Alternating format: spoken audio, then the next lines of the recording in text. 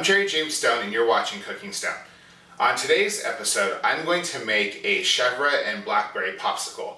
Now, I know you're probably thinking, what the hell, chèvre, right? Like, why would you put goat cheese into a popsicle? But you sort of have to think about this in the same sense of like a creamsicle, whether it's yogurt or whatever. It's kind of a similar experience. I mean, it's a little bit different, but it's similar. And so I use, within this goat cheese popsicle, I don't know why I feel the need to explain it, but I'm using some honey and some thyme to kind of round out those earthier tones that you find in goat cheese. So I think you're really going to like it. Plus, the blackberries have bourbon in it, and you can't go wrong with bourbon, right? So, I mean, bourbon, blackberries, brown sugar, all swirled into this lovely honey and thyme and chèvre popsicle. I mean, it's just, you're going to love it, trust me. The other thing that I wanted to mention is that I often do not mention, or not at least consistently mention, ingredient amounts in my recipe videos. So the reason for that is because, one, I'm still kind of figuring this all out, so I tend to mess up. On top of that, sometimes I'm still tweaking a little bit when I get around to filming, and maybe that's a bad thing. But anyway, I wanted to say that I do put the actual final recipe amounts in the show notes. If you find that frustrating or annoying, because some of you have actually mentioned that, I just want to say, please let me know and I will try to improve upon that. It's something that I thought was fine, but some people have complained, so I'm asking you now, let me know if that's something that bothers you.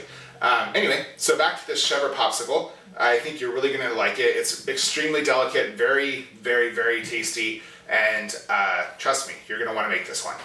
You want to begin by warming your milk over a medium-low heat. It's important that you don't boil it. You don't want the milk to curdle or anything. We're going to go ahead and add our 3 sprigs of fresh thyme, and we're just going to remove that from the heat and let it steep.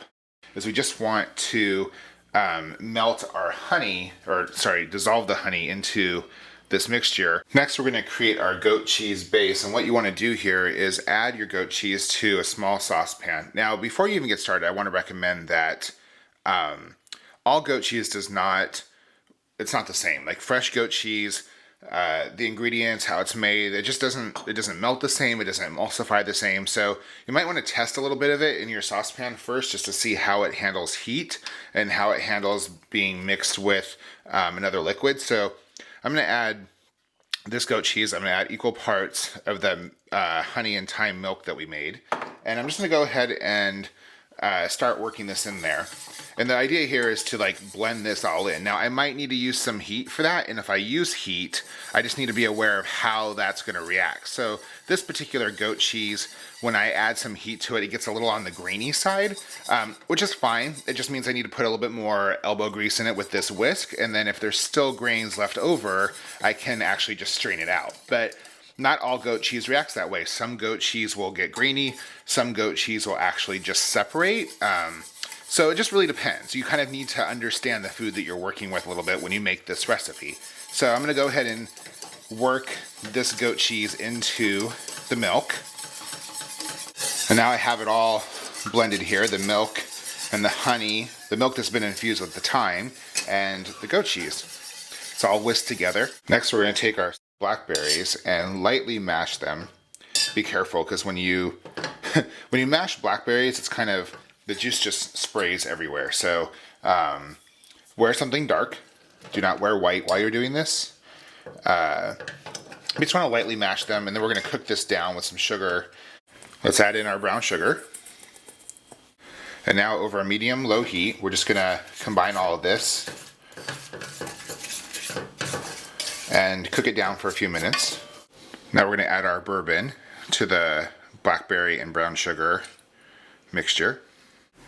Now we're just going to combine our 2 mixtures in the popsicle mold, doing a combo of the honey and thyme goat milk, and then our bourbon and brown sugar blackberries.